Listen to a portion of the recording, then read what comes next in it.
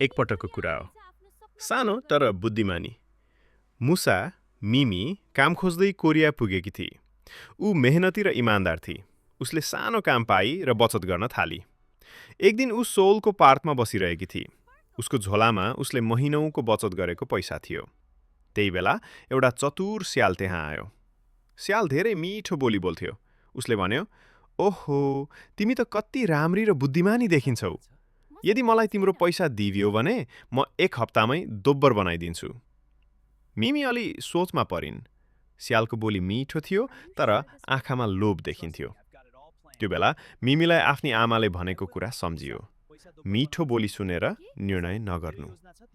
मिमी मुस्कुराउँदै भने, यदि तिमी यति नै धनी छौ भने आफ्नै पैसाले किन दोब्बर बनाउँदैनौ?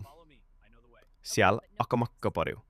उसले केही भन्न सकेन अनि बिस्तारै त्यहाँबाट भाग्यो। मिमीले राहतको सास फेरिन्। त्यसपछि ऊ अझ मेहनत गर्न थाली। समय बित्दै गयो। ऊ पछि बुसानमा राम्रो काम पाउन सफल भइन्।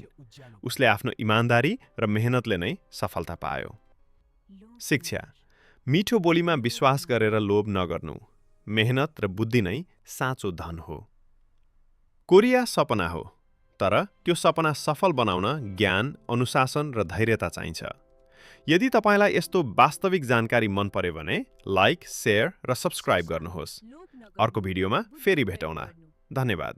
खाम्साहाम्निदा। मेहनत र बुद्धि नै साँचो धन हो।